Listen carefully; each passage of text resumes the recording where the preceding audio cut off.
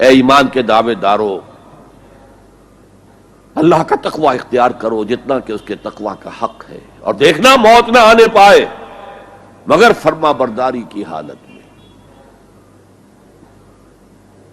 اب یہ اینٹیں اگر پختہ ہو گئی ہیں، ہم نے جہاد کے مختلف مراحل ان پر غور کیا تھا۔ پہلا مرحلہ کیا تھا؟ نفس امارہ کے خلاف جہاد، شیطان اور اس کی ذریت سلبی و مانوی کے خلاف جہاد، بگڑے ہوئے معاشرے کے جو پریشرز ہیں ان کے خلاف جہاد۔ یہ تین جہاد کر کے کما حقہ فرض کیجئے کہ اب آپ تقوی اور فرما برداری کی روش پر راسخ ہو گئے، قائم ہو گئے۔ اب اگلا قدم کیا ہے؟ اب ان اینٹوں سے فصیل بنانی ہے۔ اینٹیں تو مضبوط ہو گئی، پوری طرح پک گئی، پختہ ہو گئی۔ وہ جو اقبال کہتا ہے کہ خام ہے جب تک تو ہے مٹی کا ایک انبار تو، اور پختہ ہو جائے تو ہے شمشیر بے زنہار تو۔ اور جس سے اکبر الہ آبادی نے بھی کہا ہے، اس سے بھی بہتر انداز میں کہا ہے، تو خاک میں مل اور آگ میں جل، جب خشت بنے تب کام چلے، ان خام دلوں کے عنصر پر بنیاد نہ رکھ، تعمیر نہ کر۔ اگر ساحل سمندر سے ریت لے کے گولا بنا لیں، وہ نم تو ہوتی ہے ریت، گولا بن جائے گا، پھر اسے شیشے پر بھی ماریں گے، شیشہ کھڑا رہے گا، ریت بکھر جائے گی۔ اسی گولے کو ذرا بھٹی میں ڈال کے پکا لو، روڑا بنا لو، تو خاک میں مل اور آگ میں جل، جب خشت بنے، جب اینٹ بنو گے تب کام چلے۔ اب اگر اسے مارو گے تو کوئی نتیجہ تو برآمد ہوگا کہ نہیں؟ تو یہ پختہ افراد کی شخصیت کو پختہ کرنا، جو ہے کہ اجتماعی اس کو نظر انداز کرتی ہے، جیسا کہ میں نے عرض کیا تھا، پہلی منزل تعمیر نہیں کی، دوسری کے اوپر چڑھانا ہو گئے، دوسری ہے نہیں، تیسری جو ہے وہ ہوا کے اندر اس کی تعمیر ہو رہی ہے۔ ہماری بہت سی ناکامیوں کا اصل سبب یہ ہے۔ حضور نے پہلے افراد کو تیار کیا ہے، افراد کے ہاتھوں میں ہے اقوام کی تقدیر، ہر فرد ہے ملت کے مقدر کا ستارہ، اور ہر حیت اجتماعی یا کوئی تنظیم ہو، کوئی جماعت ہو جو اسلام کی سربلندی کے لیے کام کرنا چاہیے، اسے سب سے پہلے پختہ کردار والے افراد تیار کرنے ہوں گے۔ یا ایھا الذین آمنوا اتقوا اللہ حق تقاتہ ولا تموتن الا وانتم مسلمون۔ اب دوسرا نکتہ کیا ہے؟ ان کو جوڑنا ہے، اب اینٹوں کو جوڑنا ہے۔ And for that you need a cement substance۔ پچھلے زمانے میں چونا وغیرہ ہوتا تھا، چونے سے جوڑا جاتا تھا، آج کل سیمنٹ ہے۔ اگر یہ سیمنٹ سبسٹنس مضبوط ہے تو یہ فصیل اور دیوار مضبوط ہے، اگر یہ نہیں ہے تو چاہے اینٹیں پختہ ہو تب بھی سیلاب کا ریلا آئے گا، بہا کے لے جائے گا۔ اینٹوں کی پختگی کے ساتھ ساتھ ان کو جوڑنے والا مورٹر جو ہے اس کو بھی مضبوط ہونا چاہیے۔ اس لیے دوسرا نکتہ، یہ سہ نکاتی لائحہ عمل، 3 نکاتی لائحہ عمل۔ پہلا تقوی اختیار کرو اور اللہ تعالیٰ کی پوری فرما برداری اختیار کرو، کوئی لمحہ تمہارا نافرمانی میں نہ گزرے۔ اب وَاعْتَصِمُوا بِحَبْلِ اللَّهِ جَمِيعًا وَلَا تَفَرَّقُوا، چمٹ جاؤ اللہ کی رسی کے ساتھ مل جل کر، اور تفرقے میں نہ پڑو۔ اعتصام عصمت سے بنا ہے، عصمت حفاظت کو کہتے ہیں۔ اعتصام حفاظت حاصل کرنا، جیسے آپ دیکھتے ہیں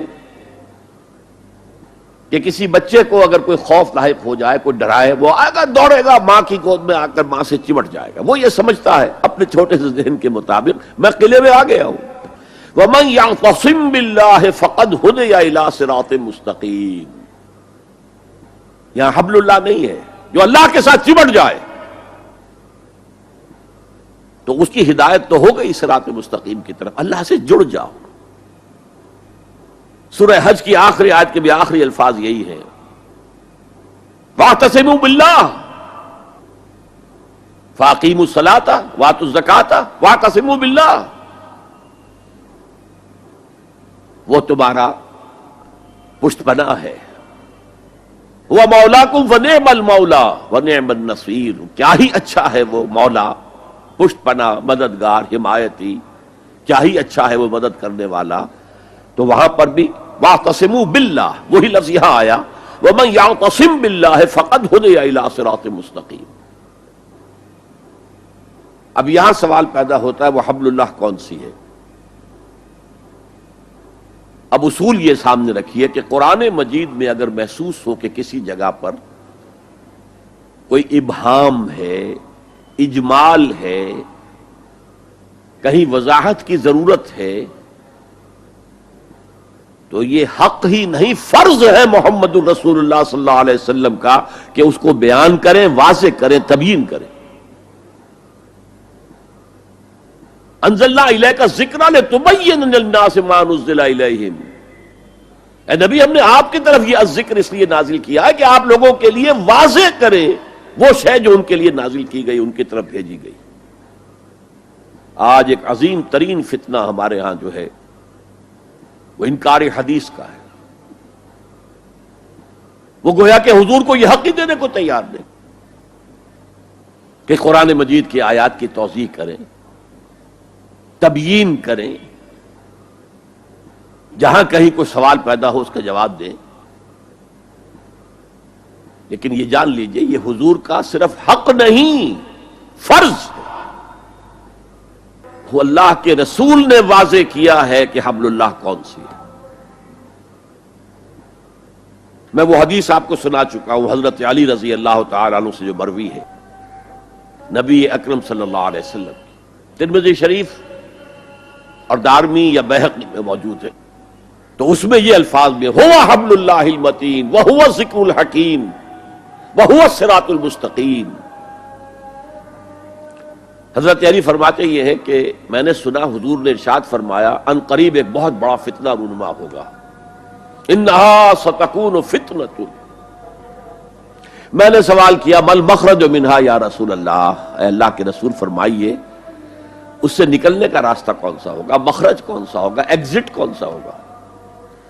یا آپ کے ہالز میں جہاں ایگزٹ لکھا ہوا ہوتا ہے سرخ سی بتیوں کے ساتھ، عرب ممالک میں مخرج لکھتے ہیں اس کو، نکلنے کی جگہ، بھاگنے کی جگہ. اگر کہیں دھواں بھر جائے، کہیں آگ لگ جائے تو بھاگو ان روشنیوں کی طرف، ان دروازوں کی طرف، وہ کھل جائیں گے. تو جب حضور نے فرمایا کہ انہا ستکون فتنۃ، تو حضرت علی کہتے میں نے پوچھا بل مخرج منہا یا رسول اللہ، فرمایا کتاب اللہ، فتنوں سے بچانے والی اور فتنوں سے نکالنے والی شے صرف کتاب اللہ ہے. فیہ خبر ما قبلکم ونبأ ما بعدکم وحکم ما بینکم، اس میں تم سے پہلے جو اقوام تھی ان کی خبریں موجود ہیں، تمہارے بعد آنے والی جو چیزیں ہیں ان واقعات کا تذکرہ موجود ہے، اور تمہارے درمیان جو اختلافات بھی رونما ہو سکتے ہیں ان سب کا حل موجود ہے. وَهُوَ حَبْلُ اللَّهِ الْمَتِينُ وَهُوَ الصِّرَاطُ الْمُسْتَقِيمُ وَهُوَ ذِكْرُ اللَّهِ الْحَكِيمُ. اور یہی تو ہے اللہ کی مضبوط رسی، اور یہی تو ہے الذکر. تم نے الذکر نمبر کیا بنا لیے ہیں، کس طرح کے اذکار، سب سے بڑا ذکر الذکر. یوں سمجھیے دی ریممبرنس از قرآن.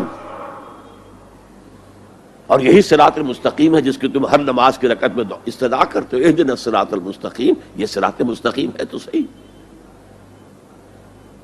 تو حبل اللہ قرآن ہے.